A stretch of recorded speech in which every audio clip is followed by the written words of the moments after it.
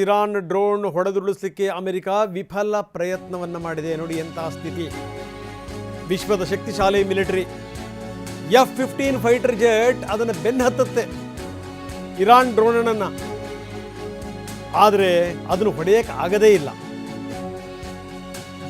ನಿನ್ನೆ ಎರ್ಬಿಲ್ನಲ್ಲಿ ಶಾಹೀದ್ ಡ್ರೋನ್ ಮುಖಾಂತರ ಏನು ದಾಳಿ ಆಯ್ತಲ್ಲ, ಕ್ಯಾಸ್ಟ್ರಾಲ್ ತೈಲ ಘಟಕ ದಾಳಿಗೆ ತುತ್ತಾಯ್ತಲ್ಲ, ಅದರ ಮುನ್ನ ಈ ಡ್ರೋನ್ ಚೇಸಿಂಗ್ ನಡೆದಿದೆ. ಬನ್ನಿ ನಮ್ಮ ಪ್ರತಿನಿಧಿ ಹರೀಶ್ ಈಗ ನಮ್ಮೊಂದಿಗೆ ನೇರ ಸಂಪರ್ಕದಲ್ಲಿದ್ದಾರೆ. ಹರೀಶ್, ನಾವು ನೋಡ್ತಾ ಇದ್ದೀವಿ ಏನು ಅಂದರೆ ಎಷ್ಟರ ಮಟ್ಟಿಗೆ ಇವರು ಪ್ರಿಪೇರ್ ಮಾಡ್ಕೊಂಡಿರಬೇಕು. ಯಾಕಂದರೆ ಹಿಂದೆಲ್ಲ ನೀವು ಮಾತಾಡಿದ್ದೀವಿ ನೋಡಿ, ಈ ಒಬಾಮಾ ಇದ್ದಂಥ ಸಂದರ್ಭದಲ್ಲಿ ಒಂದು ಸರಿ ಡ್ರೋನ್ ಬಿತ್ತಲ್ಲ ಇರಾನಲ್ಲಿ, ಅದಾದಮೇಲೆ ಎಷ್ಟರ ಮಟ್ಟಿಗೆ ಸಂಚಲನ ಸೃಷ್ಟಿ ಮಾಡಿತ್ತು ಅದು ನಿಮಗೆ ತುಂಬ ಚೆನ್ನಾಗಿ ಗೊತ್ತಿರುವಂಥ ಸಂಗತಿ.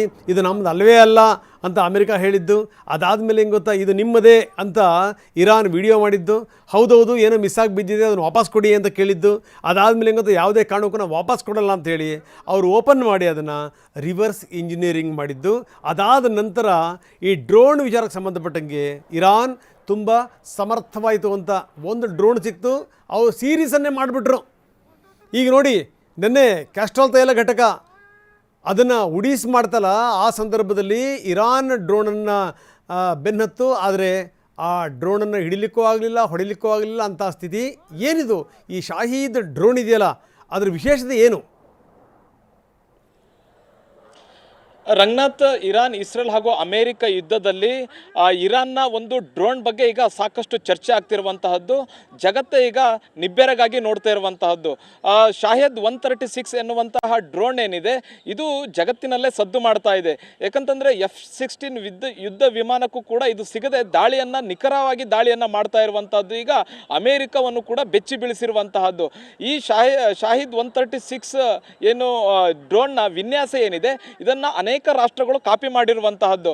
ಬಹು ಮುಖ್ಯವಾಗಿ ಈ ಶಾಹೀದ್ 136 ಡ್ರೋನ್ ಮೂಲಕ ಸೌದಿಯ ಪ್ರಿನ್ಸ್ ಏರ್ ಬೇಸ್ ಮೇಲೆ ದಾಳಿಯನ್ನು ಮಾಡಲಾಗುತ್ತೆ. ಅಲ್ಲಿ ಇದ್ದಂತಹ E-3 ಯುದ್ಧ ವಿಮಾನಗಳೇನಿದ್ದು ಅವುಗಳನ್ನು ಕೂಡ ಉಡಿಸ್ ಮಾಡಿರುವಂತಹದ್ದು. E-3 ಯುದ್ಧ ವಿಮಾನಗಳು ಅಮೆರಿಕದ ಒಂದು ವಿಮಾನವನ್ನು ಉಡಿಸ್ ಮಾಡಿರುವಂತಹದ್ದು.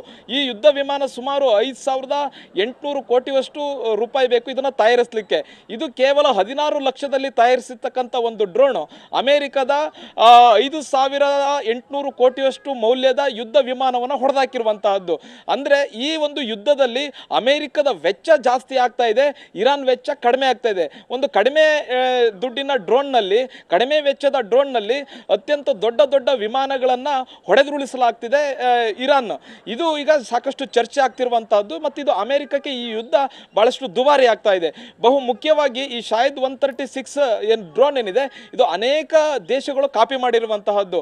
ಅಮೆರಿಕ ಕೂಡ ಇದನ್ನೇ ಕಾಪಿ ಮಾಡಿದೆ, ಲೂಕಾಸ್ ಅನ್ನುವಂತಹ ಡ್ರೋನ್ ಅನ್ನ ಕಾಪಿ ಮಾಡಿರುವಂತಹದ್ದು.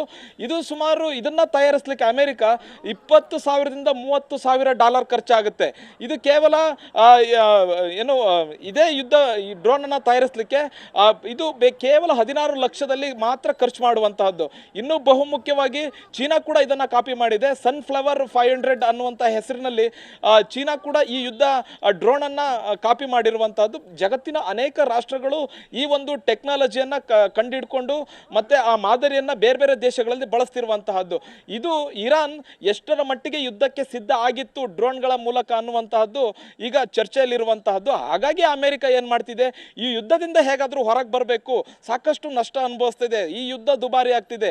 ಅಮೆರಿಕದಲ್ಲೂ ಕೂಡ ಜನತೆ ಕೂಡ ಅದನ್ನೇ ಹೇಳ್ತಾ ಇದ್ದಾರೆ, ಈ ಯುದ್ಧ ಅಮೆರಿಕದ ಆರ್ಥಿಕ ಬೆನ್ನೆಲುಬಿಗೆ ಹೊಡೆತವನ್ನು ಕೊಡ್ತಾ ಇದೆ, ಈ ಯುದ್ಧ ಬೇಡ ಅನ್ನುವಂತಹ ನಿಟ್ಟಿನಲ್ಲಿ ಹೇಳ್ತಾ ಇದ್ದಾರೆ. ಜೊತೆಗೆ ನ್ಯೂಯಾರ್ಕ್ನ ಮೇಯರ್ ಕೂಡ ಹೇಳ್ತಾ ಇದ್ದಾರೆ, ಈಗಾಗಲೇ 23 ಬಿಲಿಯನ್ ಹಣವನ್ನು ನಾವು ಡಾಲರ್ ಹಣವನ್ನು ಖರ್ಚು ಮಾಡಿದ್ದೀವಿ ಯುದ್ಧಕ್ಕೆ, ಆ ಹಣವನ್ನೇ ನಾವು ಶಿಕ್ಷಣಕ್ಕೆ, ಆರೋಗ್ಯಕ್ಕೆ, ಮೂಲ ಸೌಕರ್ಯಕ್ಕೆ ನಾವು ಖರ್ಚು ಮಾಡಬಹುದಾಗಿತ್ತು.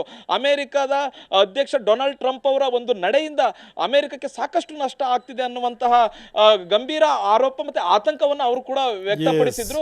ಹೀಗಾಗಿ ಈ ಯುದ್ಧ ಎಲ್ಲ ಒಂದ್ ಕಡೆ ಅಮೆರಿಕ ಮತ್ತಷ್ಟು ಯೋಚನೆ ಮಾಡುವಂತಹ ಸ್ಥಿತಿಗೆ ಈಗ ಇರಾನ್ ತಂದಿಟ್ಟಿರುವಂತಹದ್ದು.